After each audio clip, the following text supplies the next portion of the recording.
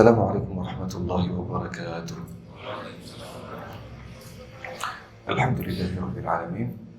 Alhamdulillahi wassalatan wassalaman ala ibadihi alladhina istafa. Alhamdulillah wa syukurillah yang telah mengumpulkan kita lagi di masjid yang kita cintai, Masjid Al-Ukhuwah. Mudah-mudahan sebagaimana kita terkumpul subuh ini, insya Allah kita terkumpul di sisi Allah Subhanahu wa Ta'ala di derajat yang paling tinggi di surga. Amin ya rabbal alamin. Ibu-ibu, bapak-bapak yang saya cintai, alhamdulillah ini termasuk nikmat karunia dari Allah Subhanahu wa Ta'ala yang sangat besar, sehingga kita bisa berkumpul subuh ini dalam keadaan sehat walafiat. Apalagi kalau kita mengikuti kajian ini setiap bulan, berarti dari awal kita mempelajari tentang fikih, bagaimana kita mensucikan diri, bagaimana kita menyempurnakan wudu. Ini nikmat dari Allah Subhanahu wa Ta'ala. Kalau kita mengikuti dari awal, dan juga kita sudah alhamdulillah mempelajari tentang wudu. Dalam hadis yang sahih, ada seseorang datang kepada Rasulullah sallallahu alaihi wasallam dan bertanya, ayyul a'mali ahabbu ila Allah? Amal mana yang paling dicintai oleh Allah Subhanahu wa Ta'ala?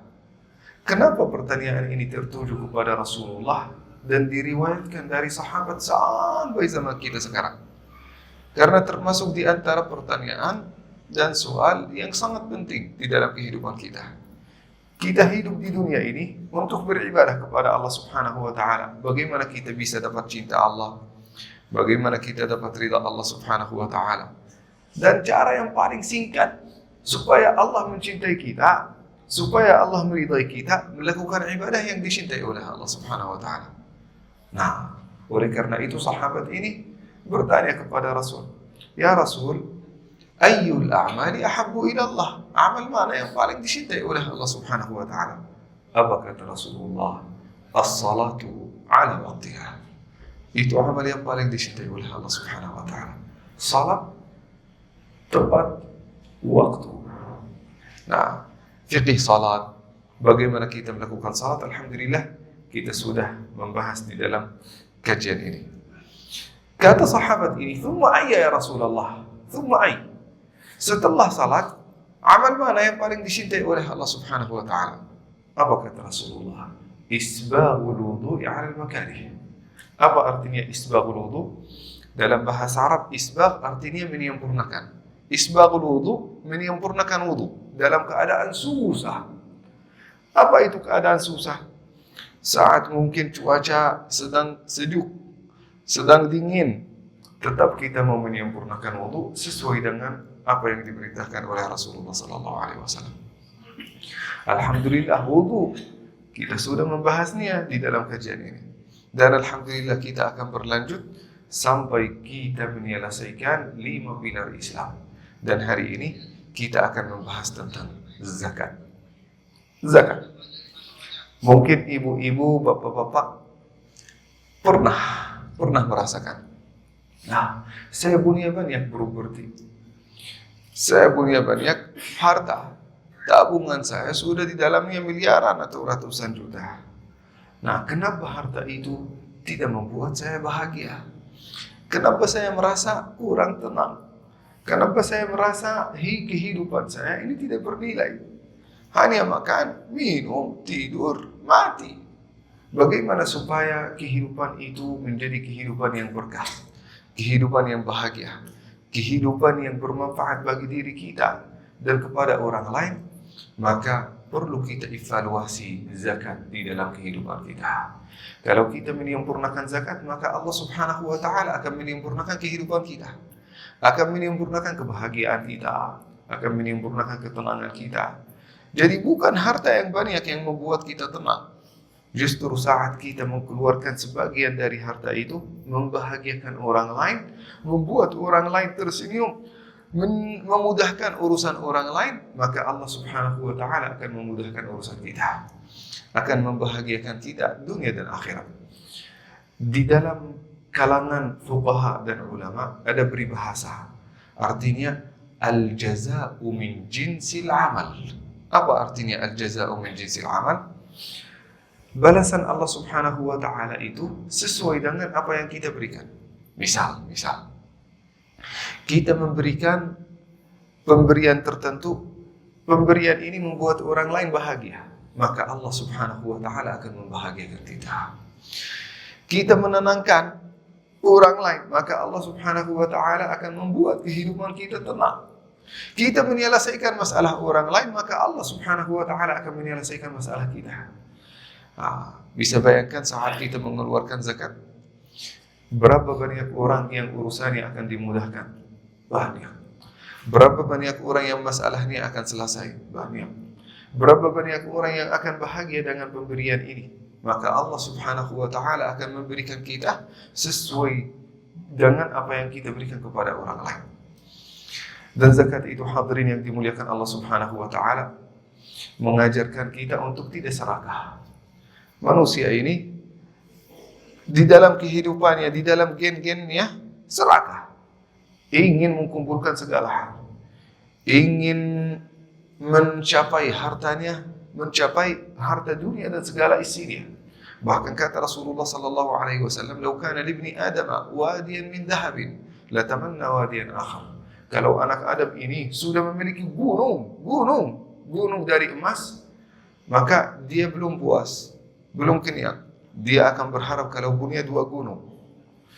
Kalau punya 2 gunung dari emas, maka dia akan berharap kalau dia punya 4. Jadi anak Adam itu akan selalu ingin mengumpulkan yang lebih.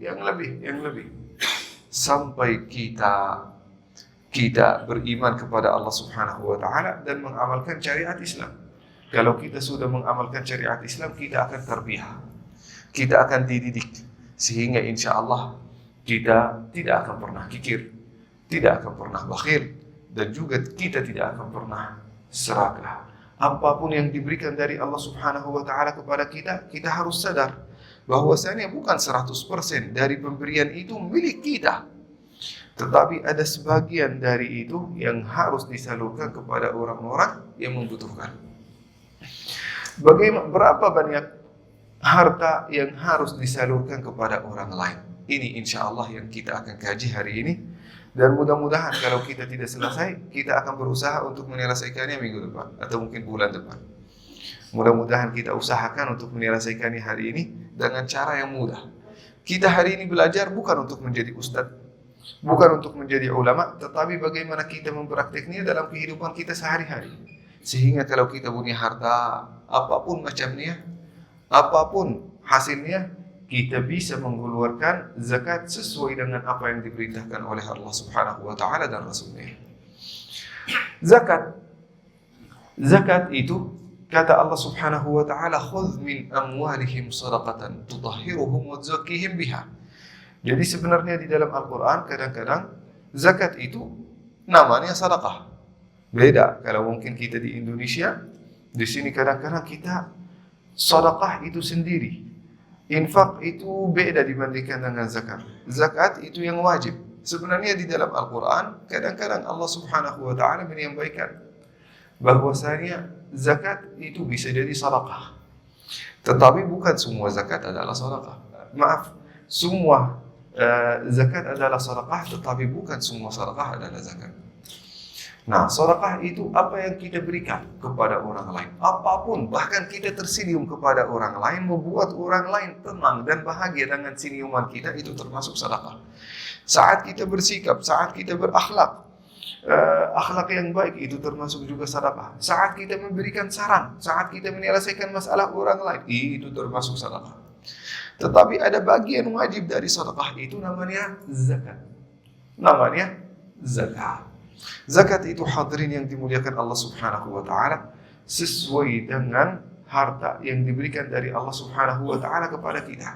Misal, dan macam pertama dari zakat adalah zakatul mal.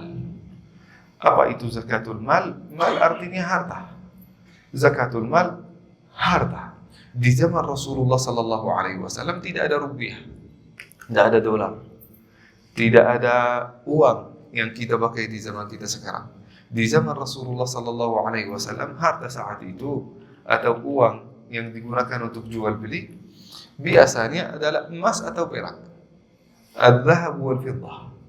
Nah, kata Rasulullah sallallahu alaihi wasallam, zakat Kalau kita sudah memiliki harta al-dhahab wal fiddah, emas, atau mungkin harta yang lain, kalau mungkin di zaman kita sekarang termasuk rupiah, termasuk euro, termasuk juga dolar. Ini semuanya termasuk mal. Zakatnya berapa? Kata Rasulullah sallallahu alaihi wasallam, zakat dari zakatul mal ini rub'ul ushri. Rub'ul ushr. Kita membagikan harta kita itu 10 bagian. Kita ambil 1 bagian. Dan 1 bagian itu dibagikan 4 bagian. 1 bagian dari 4 bagian ini menjadi bagian zakat. Susah ya? Dalam bahasa matematika kita mengumpulkan harta kita dibagikan 40. Dari 40 bagian kita ambil 1 bagian, itu adalah zakat kita. Atau 2,5%. Sekarang mungkin di dalam HP kita bisa kalau kita punya kalkulator, kita menghitung berapa 2,5% dari harta kita. 2,5% itu berapa bagian dari harta kita? Bagian dari 40 bagian. Bagiannya sangat kecil.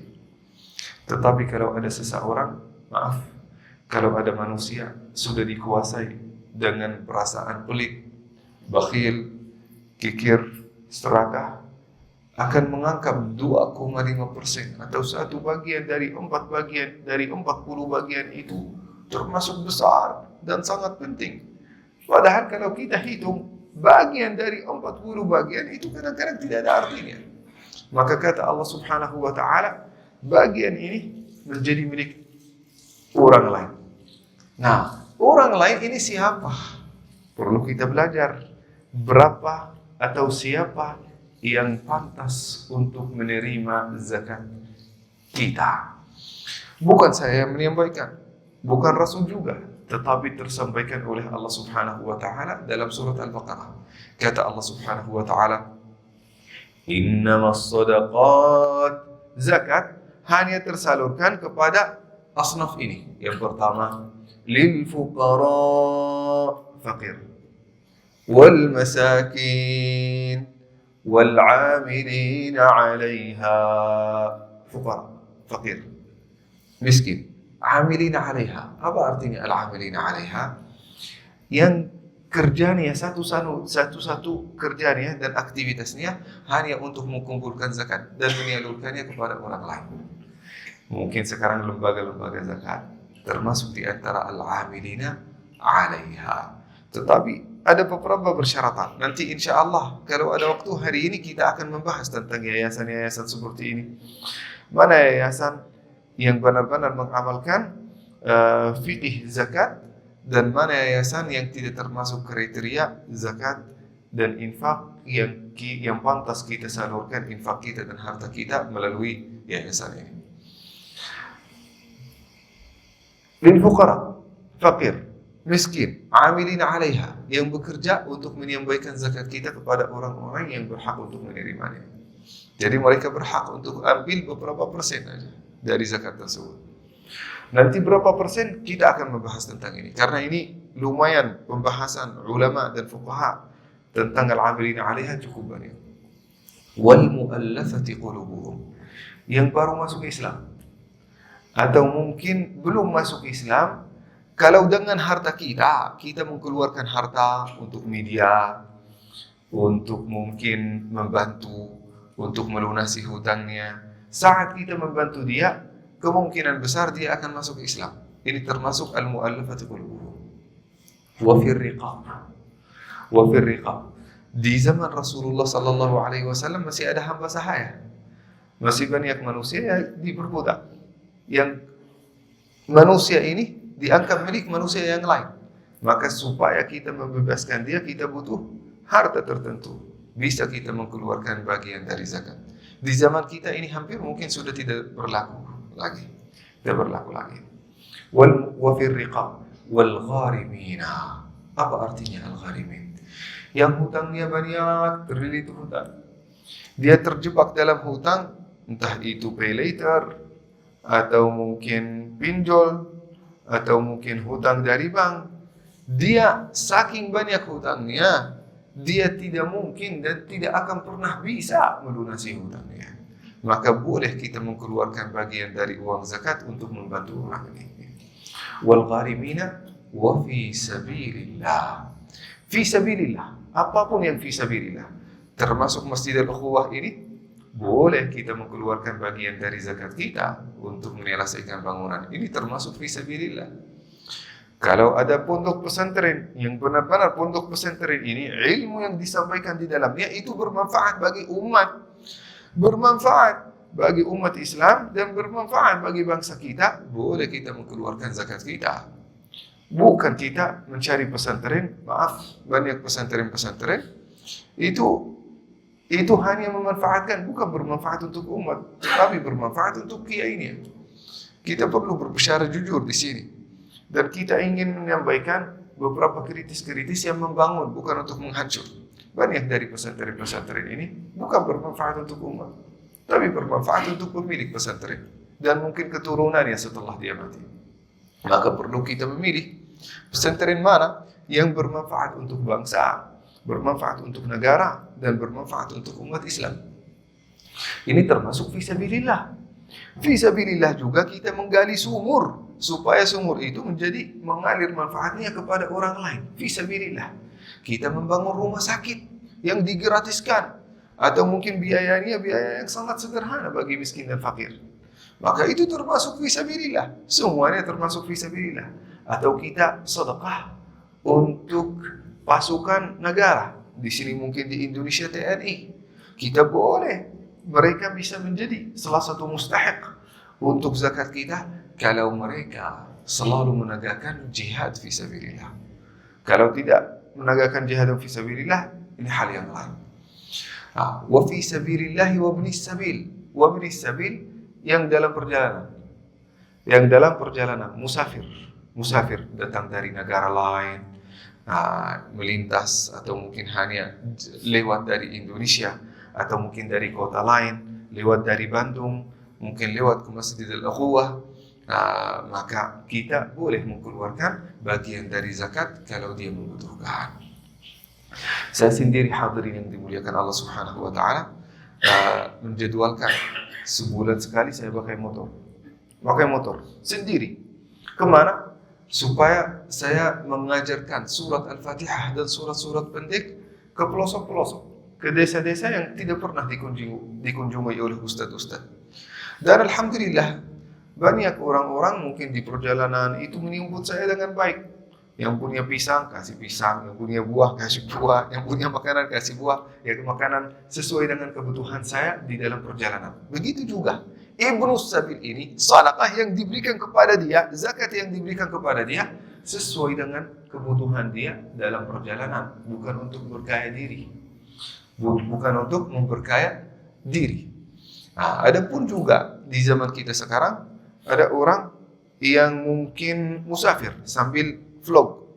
Mungkin hasilnya dari YouTube, hasilnya dari medsos itu sangat banyak. Apakah boleh kita menjadikannya bagian dari masarifuz zakah?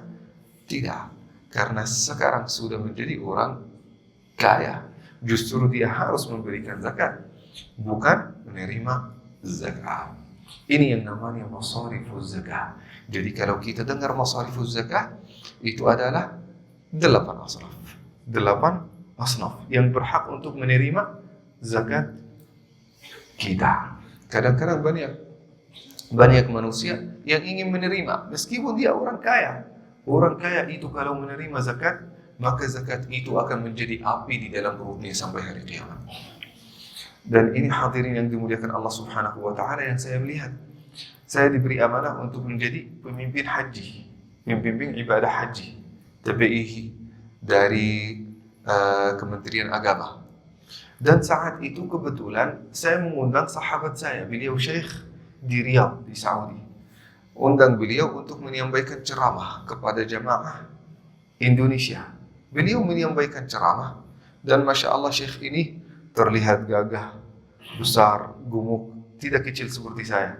Jadi terlihat Masya Allah orang kaya seperti raja gitu. Selesai menyampaikan ceramahnya, beliau buka kesempatan untuk tanya jawab. Hampir 80% dari jamaah yang tanya jawab itu minta uang, minta duit, minta sedekah. Nah, tidak mungkin 80% dari jamaah itu mustahil dan berhak untuk menerima zakat. Maka kalau ada seseorang, kata Rasulullah sallallahu alaihi wasallam, kalau ada seseorang minta tanpa alasan, minta dari orang lain tanpa alasan, maka kata Rasulullah sallallahu alaihi wasallam, mukanya daging dan kulit di mukanya itu semuanya akan larut hari kiamat, sehingga yang tersisa adalah tulang. Bisa bayangkan, kita hari kiamat kita akan dibangkitkan di sisi Allah Subhanahu wa taala dalam keadaan muka kita itu hilang dagingnya dan hilang kulitnya, yang tersisa hanya tulang. Itu bagian dari siksa Allah Subhanahu wa taala kepada orang yang minta dan menerima zakat tetapi dia tidak berhak untuk menerimanya. Jadi meskipun kita diberi, kita tanya, ini zakat atau sedekah atau infak? Kalau sedekah mungkin perlu, mungkin boleh kita menerimanya. Tetapi kalau zakat, kita tidak berhak dan haram. Itu menjadi harta yang haram bagi orang yang tidak berhak untuk menerima zakat. Yang pertama, zakatul mal. Zakatul mal terhitung sesuai dengan mal dan harta yang berlaku di zaman Rasulullah sallallahu alaihi wasallam. Yang di zaman kita itu rupiah atau mungkin fulus yang lain. Berapa kita mengeluarkan? Kita mengeluarkan 2,5%. Misal kita punya 10 juta. Kita mengeluarkan berapa? 250 ribu. Itu zakat kita. Nah, kita boleh mengeluarkan zakat itu kalau sudah mencapai berapa jumlahnya? Di zaman Rasulullah sallallahu alaihi wasallam 85 gram emas. Di zaman sekarang emas sudah makin mahal, kan? Berarti berapa? Itu kurang lebih 10 juta atau 12 juta sekarang mungkin ya, kalau nggak salah ya. Ya, nanti kita hitung berubah harganya dari hari ke hari. Mungkin 12 juta, 13 juta, 15 juta, atau mungkin 10 juta. Kita hitung dari situ, mengeluarkan bagian dari 40 bagian. Jadi kita ambil kalkulator dan kita hitung, tulis di sini. Cara kita tulisnya, buka kalkulator. Setelah itu kita nulis. Kita punya 100 juta, nulis 100 juta. 100 juta. Nah, dibagikan 40. Berarti 2.500.000. Itu apapun yang mungkin kita punya, kita mengumpulkan harta kita. Setelah itu dibagikan 40, itu zakat kita. Pak Ustadz, itu termasuk untuk semua harta? Termasuk semua harta. Semua harta yang kita menggunakannya untuk menyimpannya untuk masa depan atau mungkin untuk jual beli. Misal, kalau ada orang bisnismen, pengusaha, pedagang, punya supermarket, apa yang dihitung di dalam supermarket ini atau di dalam warung ini? Yang dihitung bukan bangunannya, karena bangunannya tidak dijual belikan. Yang dihitung bukan rumahnya, yang dihitung bukan kulkasnya tidak terhitung. Yang terhitung apa? Yang dijual belikan. Apa yang dijual belikan? Bisa jadi makanan, bisa jadi mainan, bisa jadi mungkin alat-alat yang digunakan sehari-hari. Apapun yang dijual belikan di dalam toko dan supermarket tersebut, itu yang kita hitung dan mengeluarkan zakat kita sesuai dengan hitungan tersebut. Tetapi yang tidak digunakan untuk jual beli seperti toko, warung, bangunannya, atau mungkin kulkasnya, atau mungkin kantornya, itu kita tidak menghitungnya dan tidak bagian dari harta yang kita mengeluarkan zakat darinya. Nah, apalagi kalau kita mungkin punya emas di dalam rumah. Kalau emas ini digunakan untuk investasi, maka perlu kita mengeluarkan zakat dari situ. Tetapi kalau ada seorang ibu yang punya emas di dalam rumahnya, yang emas itu digunakan untuk dipakai untuk undangan atau dipinjamkan kepada saudara, kepada anak-anak, bukan untuk jual beli, bukan untuk investasi, maka harta tersebut tidak termasuk harta yang harus kita mengeluarkan zakat. Tidak perlu kita mengeluarkan zakat dari emas yang tersimpan di dalam rumah untuk dipakai pakaian pribadi. Nah, jadi hadirin yang dimuliakan Allah Subhanahu wa taala secara umum, misal kalau ada seseorang punya kos-kosan, kalau ada seseorang punya rokok, bagaimana kita bisa mengeluarkan zakat kita? Kan itu harta, termasuk propertis. Nah, para ulama berkata, kita mengeluarkan zakat dari hasilnya, bukan dari aset sendiri. Kita punya kos-kosan, misal 50 kamar, kita hitung berapa hasilnya. Hasilnya kalau sudah mencapai nisabnya berapa? Sama dengan harga 85 gram emas. Kalau harganya sudah begitu, maka perlu kita mengeluarkan dan wajib kita mengeluarkan zakat dari penghasilan kos-kosan tersebut, bukan dari harga bangunan. Nah, harta tersebut juga ada syaratnya. Harus tersimpan di dalam rekening kita atau di dalam rumah kita selama 1 haul. Apa artinya haul? Haul itu 1 tahun. 1 tahun Masehi atau Hijri. 1 tahun Hijri. Kecuali kalau ada seseorang tidak bisa menghitungkan yang Hijri, boleh mengikuti Masehi. Tetapi yang paling utama adalah Hijri. Jadi kita hitung berapa hari di dalam tahun Hijriyah, maka kita mengikuti itu. Kalau harta kita tersimpan tidak dipakai selama 1 tahun dan juga mencapai nisab, wajib kita mengeluarkan 2,5% dari harta tersebut. Nah, ini yang namanya zakatul mal. Namanya zakat al-mal. Yang kedua, hadirin yang dimuliakan Allah Subhanahu wa taala, ada yang namanya zakat al-an'am. Apa artinya zakat al-an'am? Zakat hewan dan binatang. Dan yang dimaksud di sini binatang hewan ternak. Seperti apa?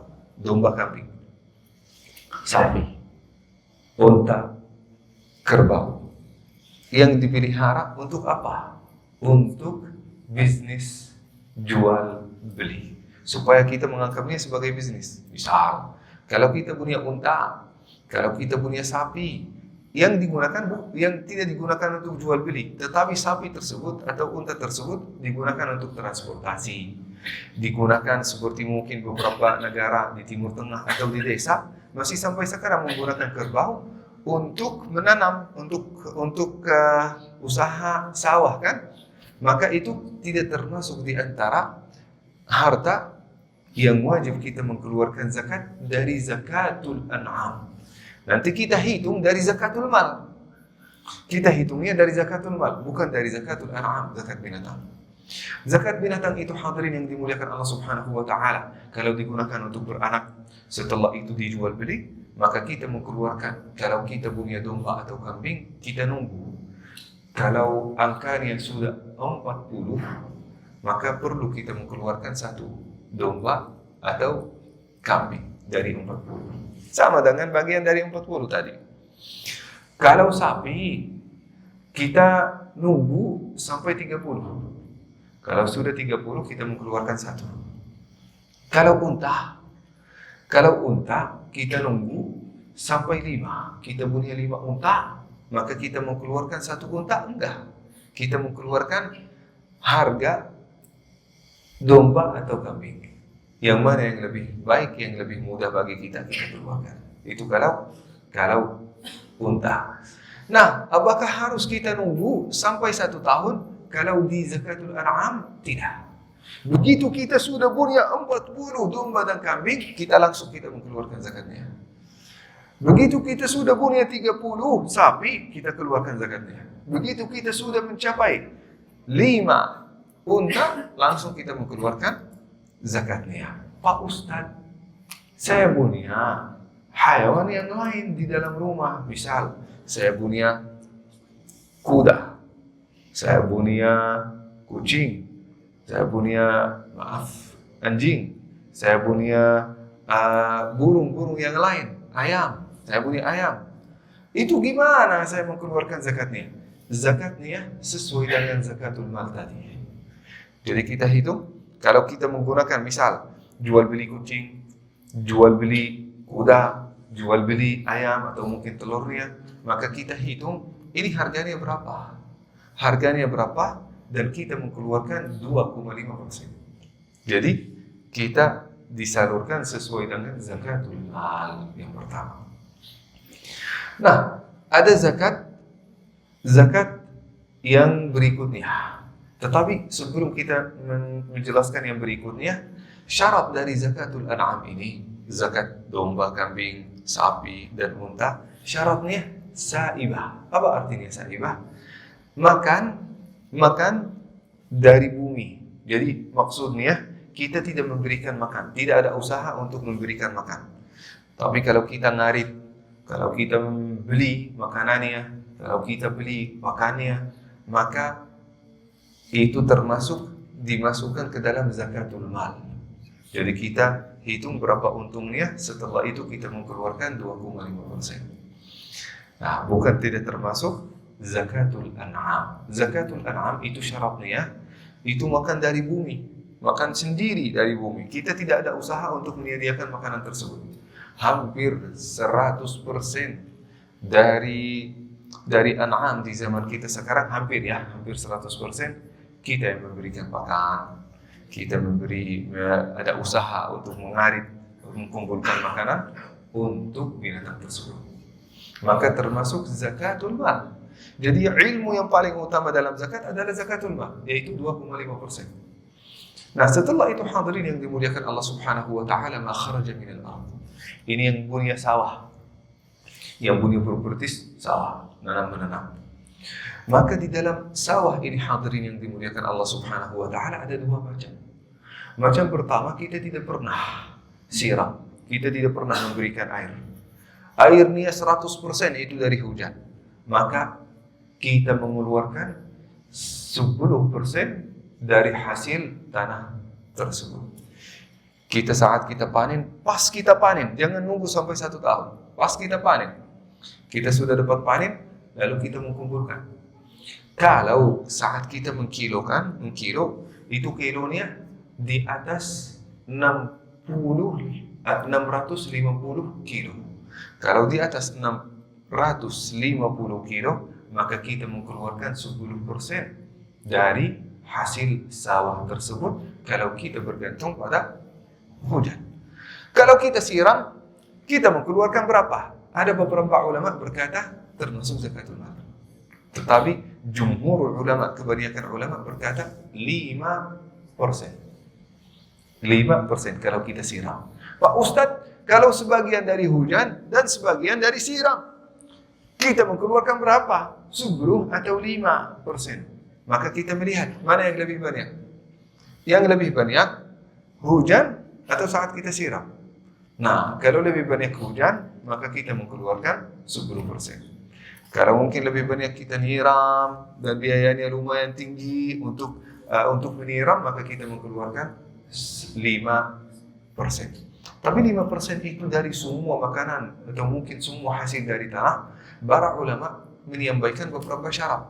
Syarat pertama, bisa tersimpan waktu lama. Seperti apa? Seperti kurma, bisa tersimpan waktu lama. Beras, bisa tersimpan waktu lama. Gandum, bisa tersimpan waktu lama kan? Nah, kalau sayur-sayuran termasuk enggak? Tidak termasuk. Berarti kalau kita menanam sayur-sayuran seperti yang ada di Lembang, yang ada di Pengalengan, atau mungkin di dataran tinggi, itu banyak semuanya sayur-sayuran. Bagaimana kita mengeluarkan zakat? Padahal itu kalau tersimpan hanya 1 bulan, itu rusak semua.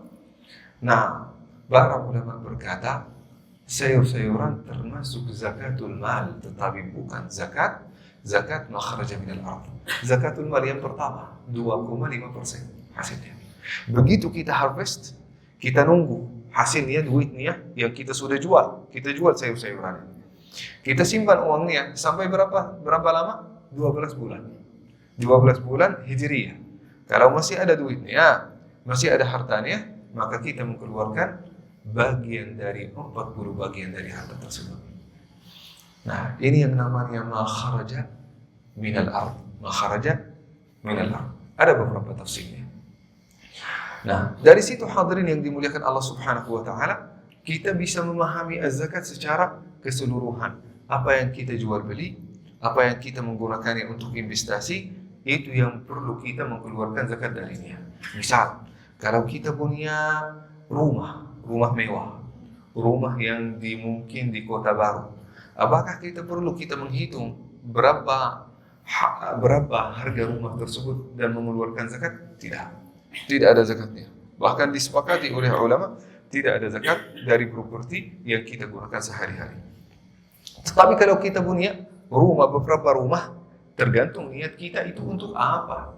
Kita punya beberapa rumah, misal saya mempersiapkan rumah ini untuk anak, rumah ini untuk keluarga, rumah ini untuk tamu. Tapi saya tidak menyewakannya, tidak dijadikan hotel, tidak dijadikannya kontrakan, tidak dijadikannya kos-kosan, maka tidak perlu kita mengeluarkan zakatnya. Kalau dijadikan kos-kosan, maka kita mengeluarkan zakat dari hasilnya, bukan dari asetnya sendiri. Nah, kecuali kalau kita jual beli. Kita bangun rumah jual, seperti kontraktor. Maka itu termasuk zakatul mal 2,5%. Atau kita mungkin juragan tanah, punya banyak tanah, menggunakan tanah itu untuk jual beli, maka kita mengeluarkan 2,5%. Itu yang namanya zakatul mal. Ini secara umum hadirin yang dimuliakan Allah Subhanahu wa taala, dan secara sederhana fikih zakat.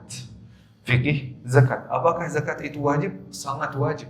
Bahkan ini termasuk di antara tiang-tiang Islam. Sebagaimana tiang ini sangat penting untuk pembangunan Masjidil Quba, untuk bisa menyempurnakan bangunan agama Islam, supaya agama Islam ini kokoh, maka kita harus mengkokohkan salah satu pilarnya, yaitu zakat. Ini mungkin tentang fikih zakat. Insya Allah pertemuan yang akan datang, kita akan menjelaskan tentang yayasan zakat. Kita akan menjelaskan tentang aturan galang dana. Kita akan menggunakan mungkin syarat orang-orang yang menerima zakat, syarat pesantren atau lembaga atau mungkin usaha, proyek yang harus kita menyalurkan uang zakat kepadanya, dan apakah pajak itu termasuk zakat atau tidak. Insya Allah ini semuanya akan dijelaskan di pertemuan yang akan datang. Kenapa saya pisahkan? Karena hari ini murni tentang fikih zakat, dan insya Allah masalah-masalah modern dan masalah-masalah yang terjadi untuk kehidupan kita sehari-hari yang tidak ada di zaman Rasulullah SAW, kita akan mengumpulkan semua masalah-masalah ini di pertemuan yang akan datang insya Allah. Pertemuan kita di minggu atau Sabtu kedua setiap bulan. Kalau masih ada waktu, mungkin kita memberikan kesempatan untuk tanya jawab perihal tentang zakat. Silakan Ustaz. Alhamdulillahirrahmanirrahim. Subhanallah. Oke, silakan kita buka sesi tanya jawab. Masih lumayan waktu bisa digunakan untuk sesi tanya jawab. Silakan jemaah ikhwan atau yang ingin menanyakan. Pak. Ya.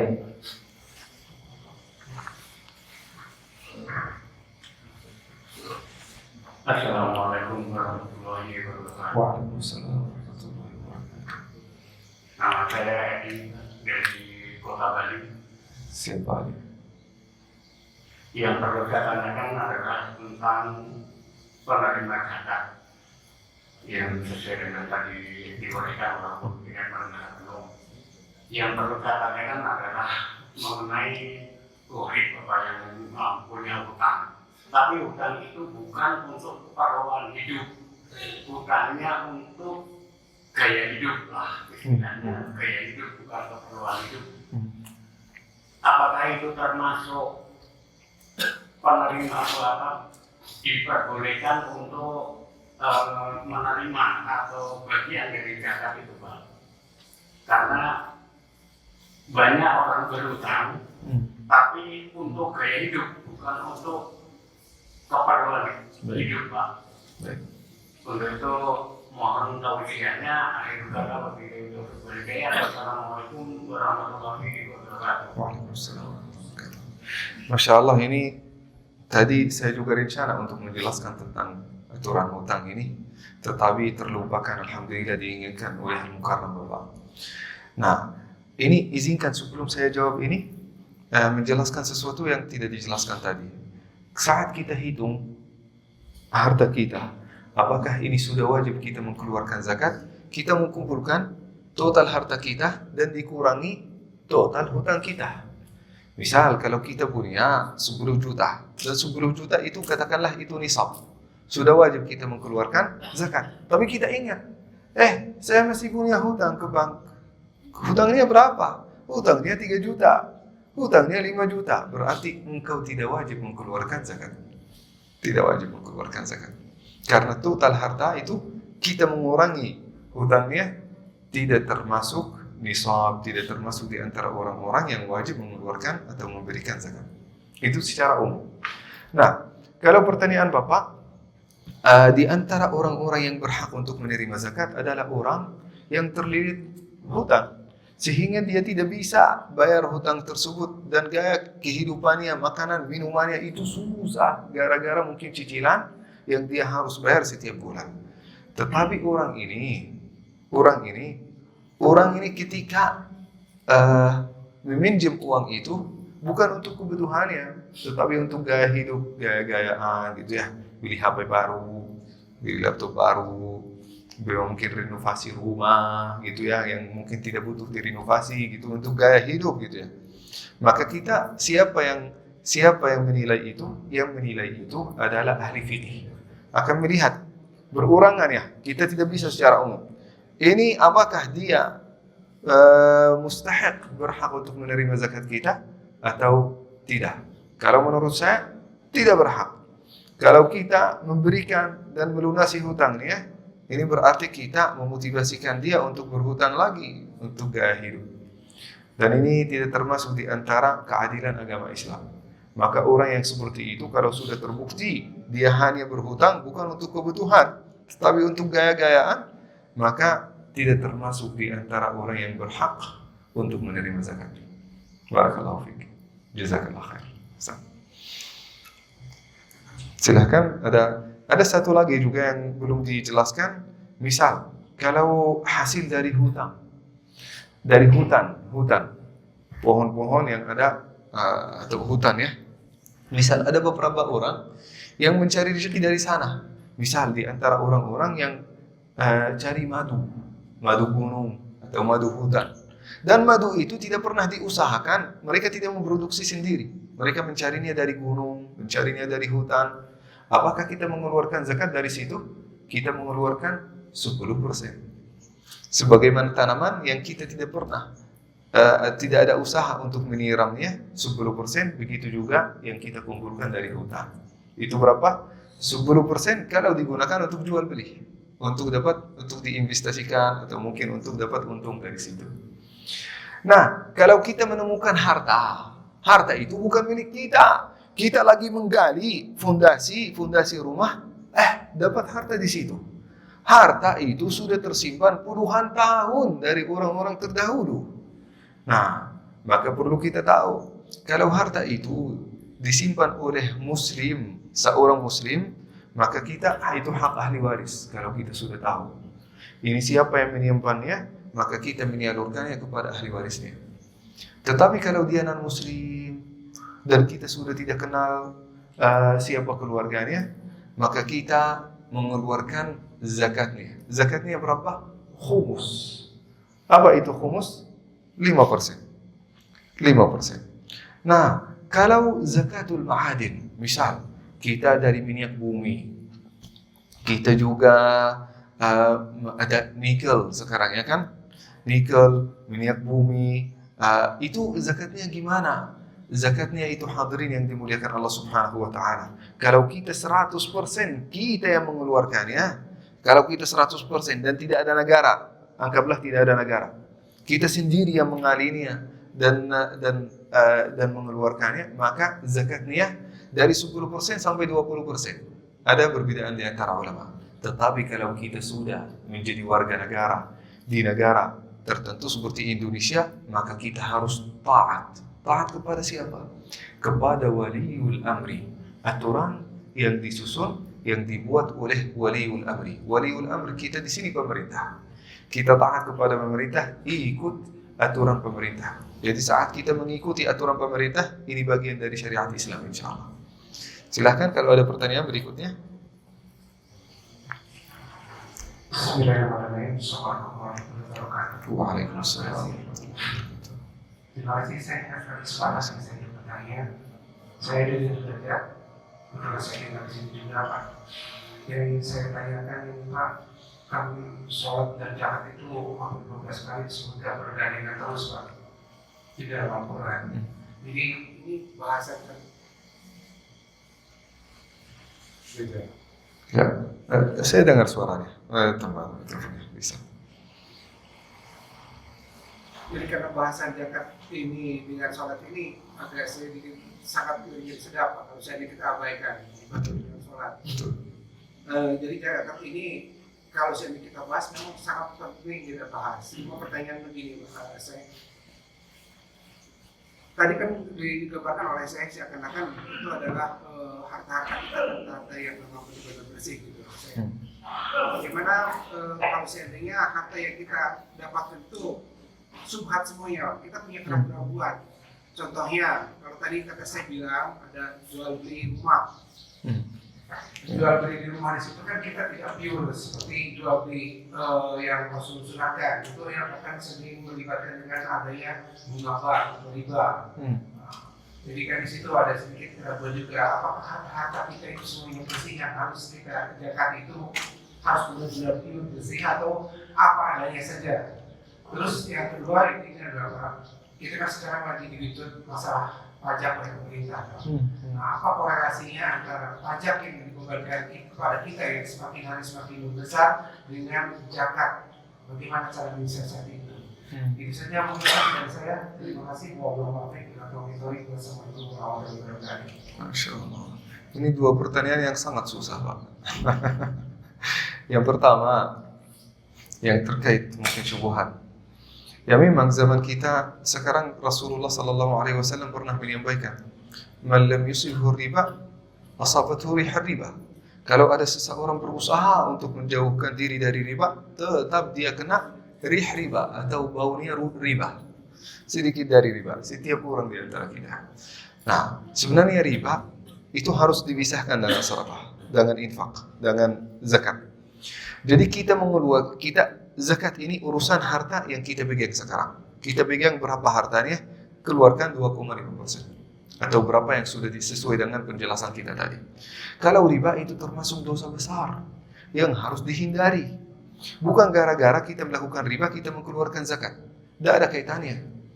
Kita melakukan riba, kita bertaubat kepada Allah Subhanahu wa Ta'ala dan berjanji tidak akan mengulanginya. Bukan gara-gara dosa atau mungkin ada sesuatu yang mungkin haram yang dicampur di dalam harta kita, disitulah kita mengeluarkan zakat, kita alhamdulillah sudah suci. Enggak. Dosa besar itu atau dosa apapun kita harus taubat kepada Allah Subhanahu wa Ta'ala dan berjanji tidak akan mengulanginya. Ini kalau kita mengeluarkan zakat ini dari harta keseluruhan. Kalau kita dapat harta yang halal, maka kita mengeluarkan dari situ. Kalau ada sebagian dari riba, para ulama mewasiatkan kita untuk bertaubat kepada Allah Subhanahu wa Ta'ala dan berusaha untuk tidak mengulanginya. Kalau kita sudah terlanjur dalam masalah seperti itu, ya udah, kafaratnya untuk berhenti aja. Berhenti. Nah, itu bukan menghitung berapa harta dari riba, berarti saya mengeluarkan zakat sesuai dengan harta tersebut. Enggak. Keseluruhan harta kita berapa, kita mengeluarkan zakat. Riba itu urusannya taubat. Kalau kita sudah taubat dan benar-benar jujur taubat kita kepada Allah Subhanahu wa Ta'ala, maka kita akan berhenti. The time you get back to Allah Subhanahu wa Ta'ala, the time you don't do it again. Jadi saat kita sudah berhenti, saat kita sudah bertaubat, begitu juga dari saat itu kita akan berhenti melakukannya. itu artinya taubat kepada Allah Subhanahu wa taala. Jadi tidak ada kaitannya dengan zakat. Kenapa saya menyampaikan ini? Ini sangat penting. Karena kayak ada mindset di antara pejabat-pejabat kita, kalau sudah mengumpulkan harta dari sumber yang haram, korupsi begini, main proyek begini, mungkin main jabatan begini, akhirnya akhir masa jabatan dia bilang, saya akan membangun masjid, saya bangun pesantren supaya mensucikan harta yang dia sudah kumpulkan. Tidak. Harta itu kalau diambil dari harta yang haram, misal mengambil dari orang lain, ini sudah kita menzalimi orang lain. Supaya Allah Subhanahu wa taala menerima taubat kita, kita harus balik duitnya. Balikin. Kalau ada seorang pejabat, misal korupsi 1M, 2M, maka 2M itu harus dibalikin kepada masyarakat, dibalikin kepada pemerintah. Kalau korupsinya 1 triliun, juga 1 triliun itu harus dibalikan. Kalau tidak, taubatnya tidak akan diterima oleh Allah Subhanahu wa taala, karena ini bukan urusan Allah, ini urusan masyarakat. Ini urusan manusia, dan ini termasuk di antara taubat yang paling susah. Taubat pejabat.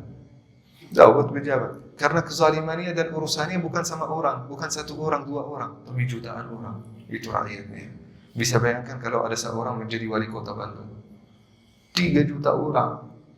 Kalau dia melakukan sesuatu zalim, berarti menzalimi 3 juta orang.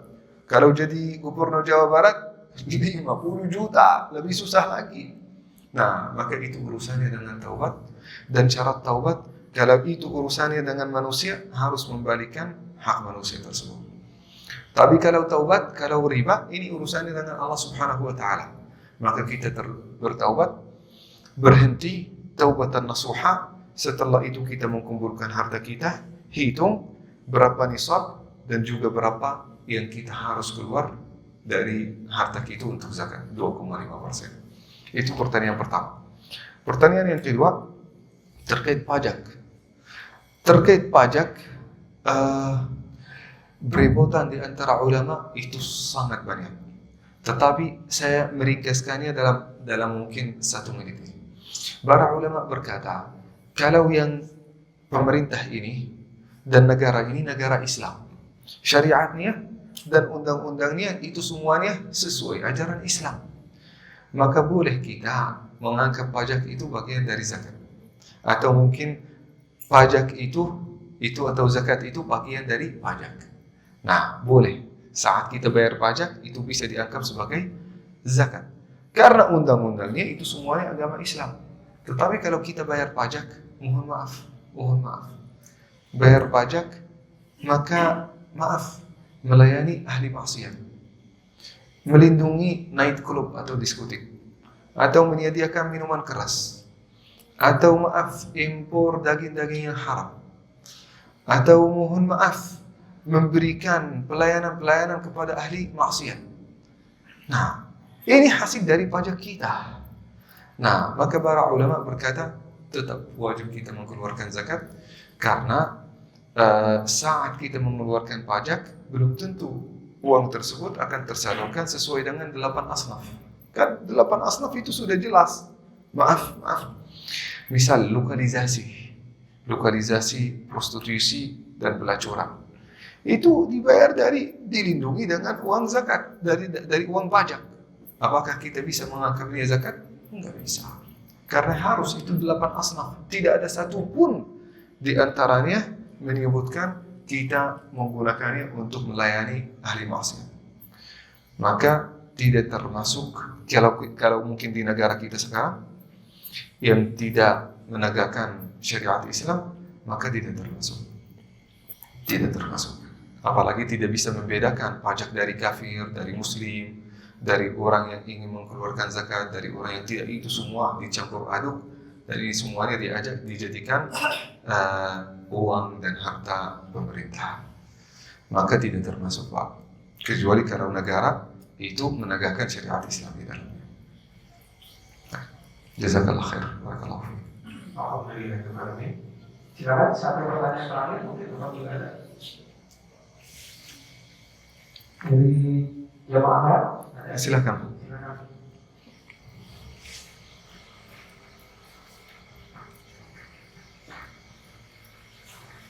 Bismillahirrahmanirrahim. Assalamualaikum warahmatullahi wabarakatuh. Waalaikumsalam. Mohon maaf, saya kemudian terkait penghasilan yang setiap bulan itu jalannya 2 kali setiap kita menerima gaji misalkan atau dikumpulkan untuk 1 tahun. Tidak. Ini saya tegas dalam hal ini. Tidak. Kalau kita setiap kali kita menerima gaji dihabiskan, akhir bulan sudah habis, tidak ada uang lagi. Maka itu mungkin 99% dari mungkin masyarakat Indonesia begitu. Begitu menerima gaji akhir bulan yang sisa hanya sedikit. Nah, kapan kita menghitungnya dan kapan kita mengeluarkan zakat? Saat kita nabung di dalam rekening kita. Nabung selama 1 tahun. Kalau sudah itu sama dengan 85 gram emas atau lebih, maka saat itu kita boleh mengeluarkan zakat. Tapi kalau kita hanya karyawan biasa, apa yang kita terima itu yang kita keluarkan, pengeluaran untuk keluarga, untuk anak-anak, untuk kebutuhan sendiri, maka tidak termasuk di antara nisab yang harus kita mengeluarkan zakat dari. Jazakallahu khairan. Alhamdulillah. Nanti boleh tambah tadi. Satu lagi. Baik, silakan Pak, silakan. Assalamualaikum Pak Ustaz. Ini bukan tentang rakaat yang bertanya, tapi tentang sholat Pak. Karena dulu pernah di bab sholat kita lupa bertanya. Jadi pas dari Bapak ceramah lagi saya mau nanya. Kita kan sholat berjamaah, terus pada sholat berjamaah kita telat datang. Telat datangnya itu pada saat imamnya udah udah mau ruku. Kan Allah Akbar mau ruku, kita datang, kita takbir begitu. Apakah itu termasuk kemudian kita ikutan juga ruku gitu ya?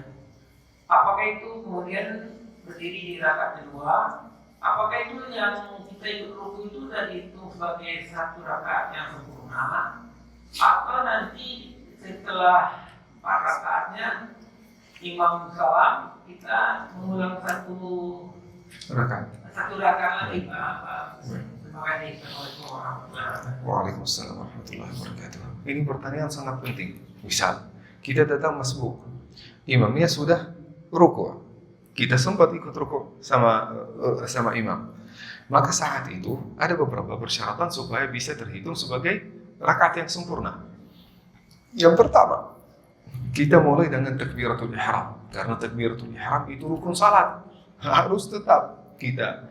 Jadi kita baru masuk takbiratul ihram, Allahu Akbar untuk takbiratul ihram. Setelah itu Allahu Akbar untuk ruku'. Nah, setelah itu kita ruku' bersama imam. Imamnya belum berdiri. Kita sempat membacakan Subhana Rabbil Azim 1 kali. 1 kali. Maka itu terhitung sebagai rakaat yang sempurna. Tetapi tidak sempat kita membacakan tasbih, maka harus diulangi. Karena menurut mazhab Imam Syafi'i harus kita itminan di dalam ruku'.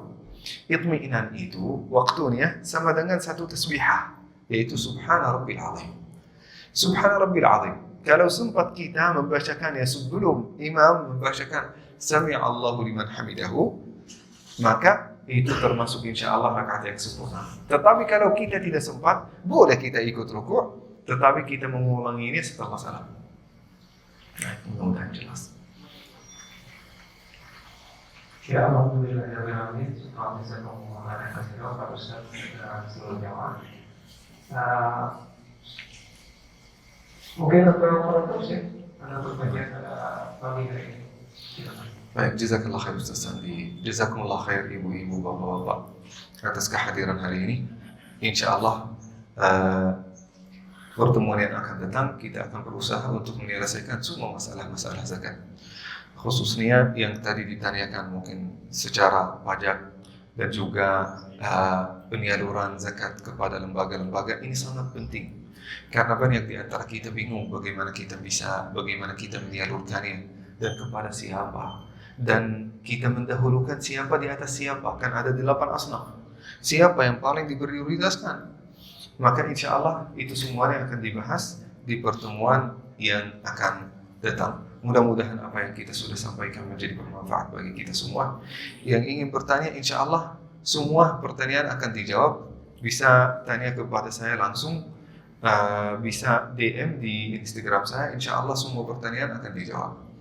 Jazakumullahu khairan, barakallahu fikum. Marilah kita khatam dengan doa kafaratul majlis. Subhanakallahumma bihamdik, nasyhadu an la ilaha illa anta, nastaghfiruka wa natubu ilaik. Jazakumullahu khairan, barakallahu fikum. Wassalamualaikum warahmatullahi wabarakatuh. Alhamdulillah.